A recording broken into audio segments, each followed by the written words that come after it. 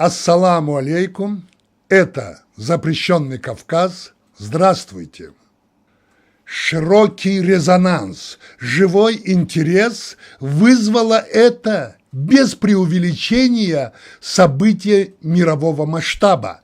Один из главных судов, Международный уголовный суд, находящийся в Гааге, принял исковое заявление против руководства России, Путина и других лиц, повинных в преступлениях против чеченского народа.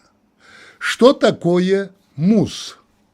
Международный уголовный суд – это, цитата, «первый постоянный международный орган уголовной юстиции, в компетенцию которого входит преследование лиц, ответственных за геноцид, военные преступления, преступления против человечества».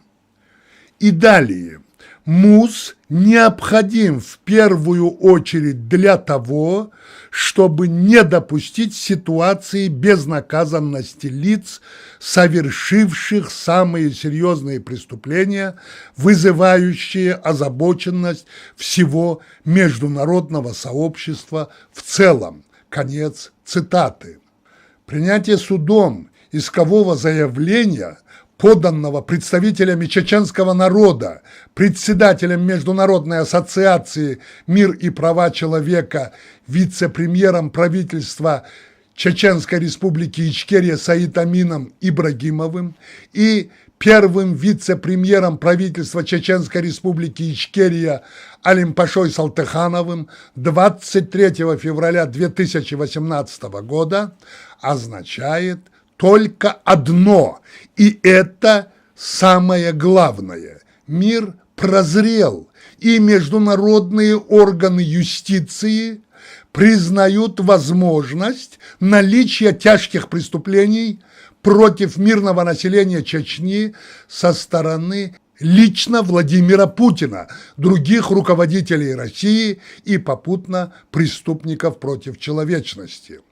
Самый важный и самый трудный шаг сделан, преодолен самый трудный первый барьер. То, что Гаагский суд принял заявление, означает, что данное дело имеет перспективы. Подробности и официальная позиция правительства Чеченской республики Ичкерия в интервью председателя Кабинета министров Чеченской республики Ичкерия Ахмеда Закаева, редакции «Запрещенного Кавказа». Ахмед, МУС принял заявление от чеченцев с требованием провести расследование преступлений политического и военного руководства России в Чечне и призвание виновных к ответственности. Какое политическое, практическое, историческое значение это может иметь? С учетом того, что Россия, мы знаем, Римский статут не ратифицировала. 21 февраля мы получили подтверждение, официальное подтверждение с Международного уголовного суда, с офиса, что наши документы будут приняты судом. И это, конечно, была своего рода победа. Она маленькая, но это победа. И, конечно, это не означает, я хочу, чтобы все с самого начала понимали правильно. Путин после 2014 года отозвал даже свою подпись. Дума не ратифицировала его уже многие годы, а в конечном итоге и Путин даже отозвал подпись под этим соглашением. И сегодня нельзя считать, что вот буквально через неделю или через месяц начнутся аресты и будут привлекать к ответственности военных преступников. Мы понимаем. Главное для нас является фактом того, что против людей, совершивших военные преступления на территории Чечни, подано заявление, и это стало фактом.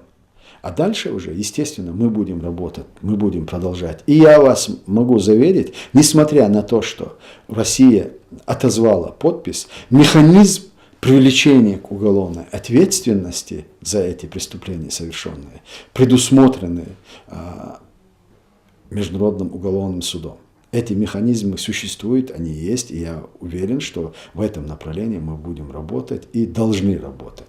И еще, конечно, очень интересный вопрос, как получилось так, что сегодня приняли эти дела. Я думаю, вот отчасти то, что Россия не участвует в этом или отказалась,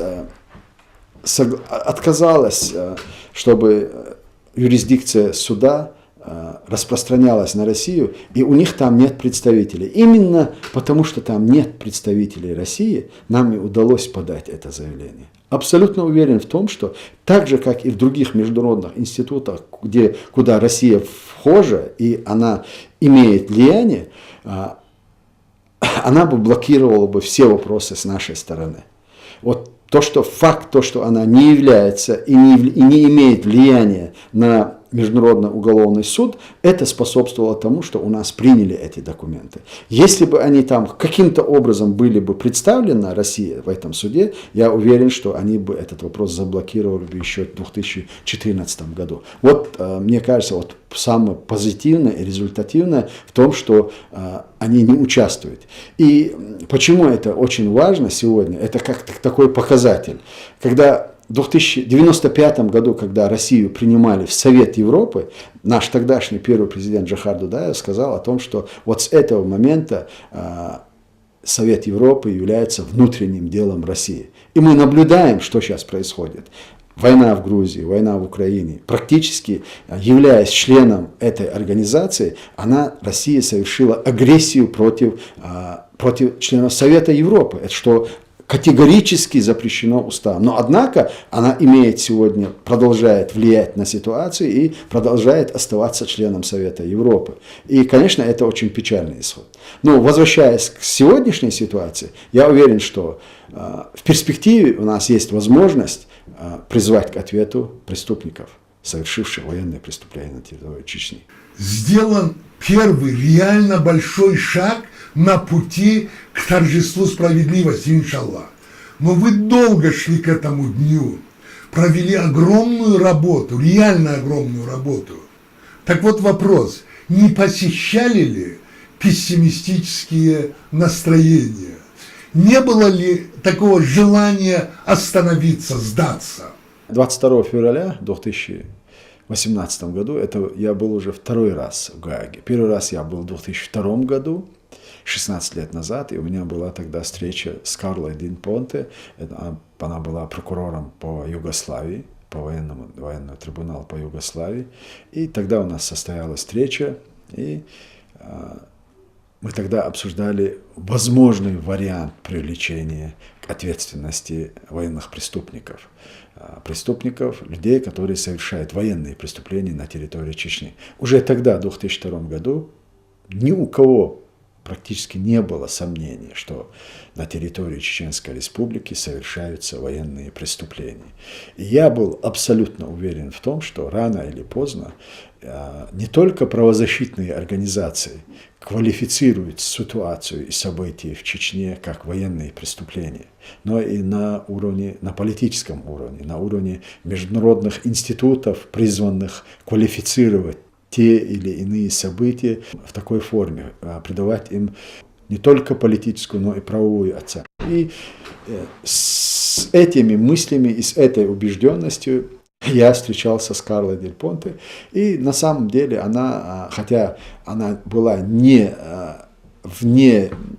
Россия не находилась в юрисдикции ее суда и этого трибунала, но она давала очень, очень хорошие квалифицированные советы нам в данном случае. И самое главное, конечно, то, что она сказала: не теряйте надежду, верьте, что рано или поздно вам удастся посадить на скамью подсудимых людей, совершивших преступления. И как подтверждение своим словам, она нас после этой встречи пригласила в зал заседания суда над Милошевичем. Я, в принципе, видел Милошевича, сидящего на скамье подсудимых, и она сказала, что когда она начинала процесс по Югославии, вернее, пыталась инициировать этот процесс, никто не верил ей, что ей это удастся. Но, говорит, однако, сегодня главный подозреваемый в совершении военных преступлений сидит на скамье подсудимых. И это, конечно, нас очень сильно воодушевило, что в будущем нам рано или поздно удастся И на самом деле с этого времени шла такая рутинная работа. Так получилось, что после этого был учрежден Международный уголовный суд. Россия, кстати, Путин тогда и подписал, подтвердив, что юрисдикция этого уголовного суда будет распространяться на Россию. И с этого времени оставалась надежда. И мы готовились, в частности, Саид Эмин Ибрагимов, глава правозащитной организации «Мир и права человека», Ассоциация «Мир и права человека», уже в 2007 году, 2007-2008 году, я уже, будучи премьер-министром, председателем кабинета министров, назначил его вице-премьером и представителем международных институтов от имени Чеченской Республики. И вот то, что произошло 23 февраля 2018 году в Гааге, это результат очень сильной, усиленной, многолетней работы именно Саида Эмина Ибрагимова и ряда других лиц, которые работали с ним над этим делом. В 2014 году мы подали первое заявление, как исковое заявление, первое против Путина. И вот эти 4 года у нас практически прошли на согласовании вопросов, связанных с подачей уже дополнительных материалов с этим делом. То, что иск принят именно сейчас, имеет, несомненно, и политическую подоплеку. В 2008 году, когда Путин совершил агрессию против Грузии, но это международное сообщество восприняло за какую-то шалость, которую нужно забыть, простить и больше не возвращаться к этой теме. И мир простил, международное сообщество закрыло глаза на вопиющие нарушения принципов и норм международного права со стороны Путина. И, конечно, в последующем, уже в 2014 году, когда он конкретно просто вероломно нарушил договоренности, даже не только уже межгосударственные договоры между Украиной и Россией, но и меморандум, который был подписан другими государствами, так западными государствами, как Соединенные Штаты Америки, Англия, Франция, и отторгнул Крым от Украины, то есть пересмотрев границы. Хотя в этом меморандуме было четко сказано, что эти страны, включая Россию, гарантирует территориальную целостность Украины. И вот с этого момента, когда уже начались активные военные действия на востоке Украины, мир понял, что продолжать политику умиротворения по отношению к Путину, что это смертельно опасно для всего международного сообщества. Путин в случае с Украиной посягнул на святая святых. Он посягнул на очень закрытый вопрос. Вы знаете, что в Европе, если сегодня начать пересматривать вопрос границ, Европа вся после Второй мировой войны, она перекроена. И, естественно, пойти в этом направлении по пересмотру границ, это является очень мощной провокацией и толчком дестабилизации всего континента. И в данном случае Украина это европейский континент, это Европа. И то, что Путин себе позволил там, это был очень тревожный месседж для остального мира. И мир действительно по-настоящему и испугался, и по-настоящему и среагировал на это. Я вас уверяю, если бы Путина не остановила бы в Украине вот эти жесткие реакции западного мира, в частности и Европейского Союза, и Соединенных Штатов Америки, речь уже шла бы, мы бы сегодня говорили бы уже о прибалтийских республиках. И в последующем уже о всей Восточной Европе, включая Польшу, Болгарию и другие члены бывшего Варшавского договора. Такой план у Путина был. И, естественно, реакция международного сообщества и тот факт, что нашелся ответ «Who is Mr. Putin?», кто есть мистер Путин. Вот это и способствовало тому, что мы имеем сегодня. А сегодня мы имеем абсолютно политическую волю западного мира не позволять Путину дальше вести агрессивную политику в международных делах. Несколько дней назад, во время послания президента Федеральному собранию, Путиным было заявлено о наличии в России новейшего мощного вооружения. Показывали там анимацию и так далее.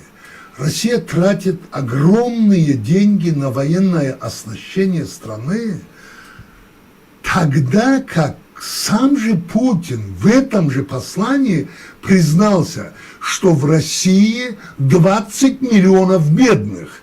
И это только официальная статистика.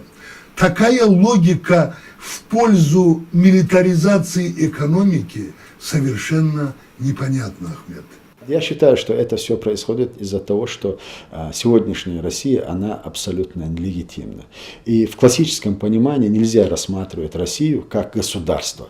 Сегодня это несколько корпораций, которые решают свои корпоративные проблемы и решают и заинтересованы сохранением вот этих корпораций. Все, что они делают, делается не во благо населения, не во благо того, чтобы обустроить вот эту территорию, а во благо как можно больше эксплуатировать вот это население, 146 миллионов, и выкачать ресурсы и вывести их за границу. Вот это происходит. И поэтому они и не соблюдают те основные принципы и нормы международного права. Государство, она в первую очередь призвана соблюдать в первую очередь внутреннее законодательство, чего нет напрочь в самой России. И следующий этап – это государство призвано соблюдать и международные принципы и нормы, чего не делает сегодняшняя Россия. И поэтому рассматривать это как государство или легитимное государственное образование – это в корне неверно. Это территория сегодня, которая находится под контролем преступников, которые создали корпорации и эксплуатируют население, и на самом деле на сегодняшний день являются угрозой для всего международного сообщества. Если бы это было бы государство, они бы занимались бы тем, чтобы благоустраивали жизнь людей, думали бы о благосостоянии и и люди были бы уверены в завтрашнем дне. А вот чтобы делать то, что они сейчас делают, то есть грабить эту территорию, это население нужно отвлекать. И вот население отвлекается, как традиционно было принято в России всегда, когда нужно было начинать решать, вернее, создавались какие-то внутренние проблемы, для решения этих проблем начинались войны. И население отвлекалось на это. И сегодня происходит абсолютно то же самое. Поэтому я думаю, что что радует, что есть понимание, хотя поздное, запоздалое, есть понимание у самого российского общества, что это такое и кто сегодня находится у власти. И есть понимание у международного сообщества, что продолжать потворствовать или продолжать заниматься политикой умиротворения по отношению к Путину и его окружению, что это опасно уже для всего международного сообщества. Ахмед, ты как-то говорил, что миссия Путина – развалить Россию. Скоро выборы, и всем, в принципе, понятно, что, скорее всего, Путин переизберется и на следующие 6 лет. Как ты думаешь, как эти 6 лет отразятся на внешнем мире, на самой России, и, естественно, на Чечне? Я вам, может быть, скажу не совсем, не совсем то, что вы от меня ожидаете, учитывая то, что Путин сделал с моим народом, с нашим государством, я должен, и как глава правительства в изгнании, должен был бы желать, чтобы Россия или чтобы Путин прекратил существование как политический деятель и ушел в небытие. На самом деле для нас, для чеченцев, тех, кто страдает не только от Путина и путинского режима последние 20-25 лет, а исторически сложилось, что 500-600 лет мы противостоим, и каждые 50 лет идет уничтожение моего народа, больше половины населения уничтожается каждые 50 лет, или 25 лет, 50 лет. Поэтому для нас сегодня очень выгодно и полезно, чтобы Путин оставался еще на 6 лет во главе этого государства. Объясню, почему для нас это выгодно. Потому что пребывание Путина еще 6 лет во главе российского государства, это будет гарантией, стопроцентной гарантией, что эта территория, что это государство, как Российская империя, после него перестанет существовать. И вот наши проблемы, проблемы тех народностей, которые находятся рядом с Россией, которые вовлечены или в самой внутри России, свобода и безопасность и будущее может быть гарантировано только после распада вот существующей Российской империи. Эта империя, начиная с царской, она меняла формы, но не меняла ни сути, ни содержания. По сути и по содержанию она остается империей. Абсолютно кровавой империи, где строится политика за счет захватнических войн, и великодержавный имперский шовинизм, он преобладает над разумом и над политикой, которая не только в политических кругах, но и в общественном мнении. И поэтому распад этой империи будет благом и для русских, и для соседей, и для международного сообщества. А пребывание в должности президента еще 6 лет Путина, это будет гарантировано. Но при этом я думаю, что Путин как бы выиграет, останется у власти, но 6 лет он не выдержит. Вернее, его не выдержат. 6 лет он не вытянет. Это мое мнение, что какие-то эксцессы, или бунт, или революция, или просто смена власти, государственный переворот уже в структуру, сама элита решит, что нужно избавиться от него. Как это будет происходить, не знаю, но 6 лет у него нет. И в любом случае, если даже он не высидит 6 лет, Россия уже после Путина однозначно, она трансформируется в какое-то другое государственное образование, и она перестанет существовать как империя. И это будет благом и для международного сообщества, и для соседей, и в частности для нас, для чеченцев, территория, которая оккупирована сегодняшней Российской империей. Ахмед, и последний вопрос. Вот что бы ты сказал Путину, если бы вдруг где-то с ним встретился? Случайно или не случайно? Нет, знаете, я не самый хороший собеседник для Путина в данном случае. И я знаю абсолютно бесполезно что-либо ему говорить, убеждать его. То, что он сделал с чеченским народом, то, что он сделал с моим народом и с нами, это ни в коем образом не позволяло бы мне или кому-либо разговаривать с ним. С Путиным должны разговаривать прокурор Международного трибунала. И я уверен в том, что чем раньше это произойдет, это тем лучше для самого Путина, для российских граждан и для международного сообщества. С этим человеком уже разговаривать поздно, давать какие-то советы. Советы можно давать друзьям, людям, которым вы желаете что-то. А в данном случае я не могу сказать, кроме того, что я желаю, чтобы он понес наказание за содеянное, и чтобы он был привлечен к ответственности за те преступления, которые он совершил не только в Чечне, но и в Чечне, и в России, и в Сирии, и в Украине, и вообще очень много всего, что он сделал, за что ему надо будет отвечать. Я уверен, что рано или поздно это произойдет. Ахмед, большое спасибо за эту интересную и без преувеличения содержательную беседу. Мне было интересно, и я вот даже не заметил, как пролетело почти полчаса. Думаю и надеюсь, что нашим зрителям будет также интересно. Спасибо.